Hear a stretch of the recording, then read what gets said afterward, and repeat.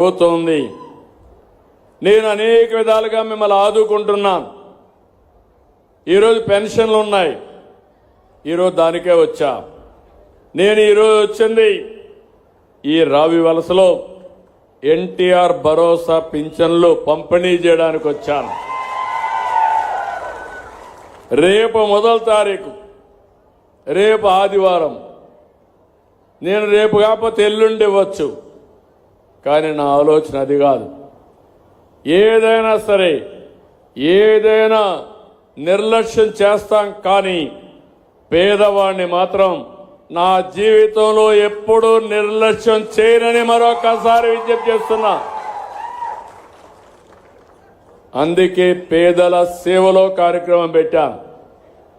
పేదల సేవలో కార్యక్రమం మీరు చూస్తే ప్రతి నెల 1వ తారీఖు మేము దర్శనం చేసుకోవాల్సింది ఈ పేదవాళ్ళని దర్శనం చేసుకోవాల్సిన బాధ్యత మా మీద ఉంది.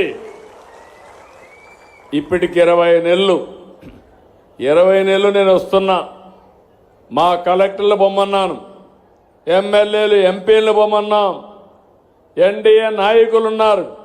ఎన్నికల్లో మీకు హామీలు ఇచ్చారు, మేము పింఛన్ ఇప్పిస్తామని 4,000 రూపాయలు ఇప్పిస్తాం, వికలాంగులకు 6,000 రూపాయలు ఇప్పిస్తామని చెప్పారు. ఈరోజు వాళ్ళ మాట మీరు నమ్మి ఓట్లేశారు. నేను గాని పవన్ కళ్యాణ్ గారు. ఈరోజు రాష్ట్రంలో మీరు గుర్తుపెట్టుకోవాలి, ఇంకో పక్క బీజేపీ నరేంద్ర మోడీ గారు.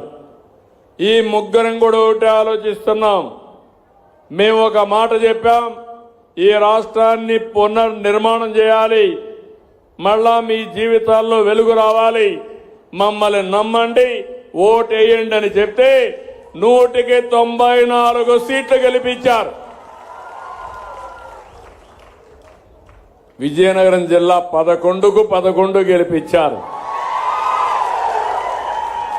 శ్రీకాకుళం జిల్లాలు స్వీప్ చేశాయి. ఆ రోజు పరిస్థితి చాలా అధ్వానమైన పరిస్థితి. ఇప్పుడు మీరు ఫ్రీగా చప్పట్లు కొడుతున్నారు. అప్పుడు చప్పట్లు కూడా కొట్టడానికి వీలు లేదు, నవ్వడానికి వీలు లేదు, ఎండల్లో సురక్షితంగా ఉండడానికి వీలు లేదు. మన భూములు మన దగ్గర ఉంటాయో లేదో తెలియదు. అవునా కాదా? రౌడీయిజం పరాకాష్ఠకెళ్ళింది. కడాన నాలాంటి వాడికి పరిస్థితి ఏమైందో మీరే చూశారు.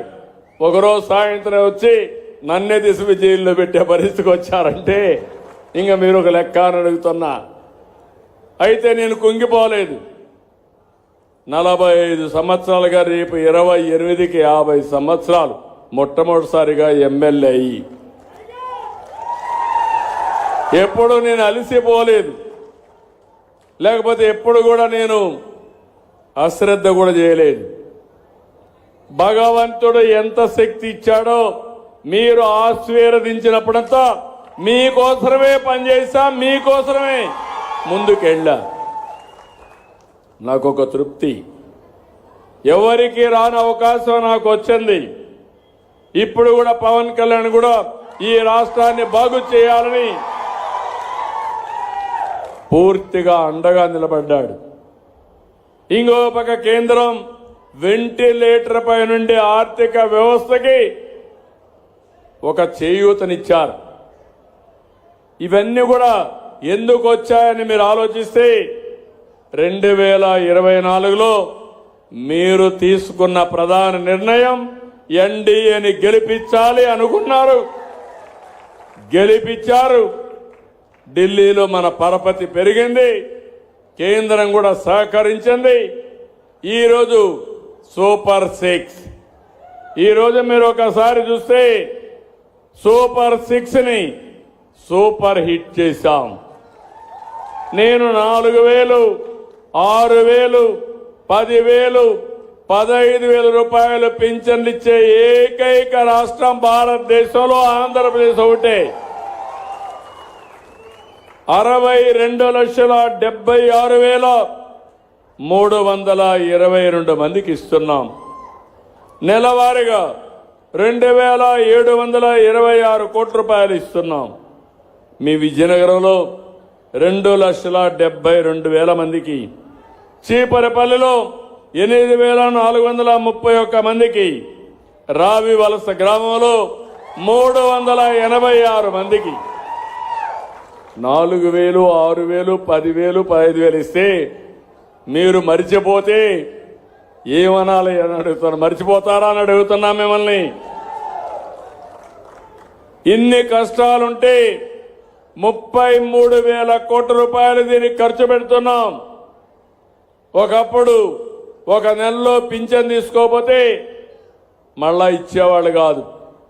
ఇప్పుడు పింఛన్ తీసుకోకపోయినా 2వ నెల 3వ నెల తీసుకునే వెసులుబాటు మీకు ఇచ్చిన ప్రభుత్వం ఇది. దాంట్లో కూడా 2 నెలలు తీసుకోకపోతే ఈ నెల 1,56,128 కోట్ల రూపాయలు పే చేస్తున్నాం. 3 నెలల్లో తీసుకొని వాళ్ళకి 13,970 మంది 17,21,00,000. అంటే దగ్గర దగ్గర 150 కోట్లు నేను మిగలబెట్టుకునేవాడిని కాదు. నా పేదవాడు ఈ ఊళ్ళో లేకుండా వేరే ప్రాంతానికి పోయి మళ్ళీ వస్తే తీసుకోవాలి, ఇవ్వాలి, మీకు అండగా ఉండాలి. ఇది ఒక్కటే కాదు. ఈరోజు మా ఆడబిడ్డలున్నారు. స్త్రీ శక్తి తీసుకొచ్చా. ఆడబిడ్డల కోసం మీరు ఎక్కడికి పోవాలంటే దర్జాగా ఆర్టీసీ బస్సులో ప్రయాణం చేసే సౌకర్యం మీకు ఏర్పాటు చేశాం. అంత మునుపు ఆడబిడ్డలంతా ఆటోల్లో పోయి యాక్సిడెంట్లు అయ్యేటివి.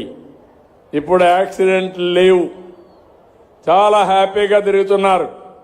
అప్పుడంతా ఎక్కడైనా ఒక దేవాలయానికి పోవాలంటే ఇంట్లో వాళ్ళ పర్మిషన్ కావాలి. ఇప్పుడు ఏం బాధ లేదు. ఎప్పుడు మీకు మూడు వస్తే అప్పుడు బయలుదేరి ఏ దేవాలయానికి పోవాలన్నా ఆ దేవాలయానికి మీరు రావచ్చు. ఒకప్పుడు తల్లిని చూడాలంటే మీకు ఆంక్షలు, లేకుంటే కూతురు బయట ఉంటే చూడాలంటే తల్లికి ఆంక్షలు. ఇప్పుడు అది కూడా లేదు.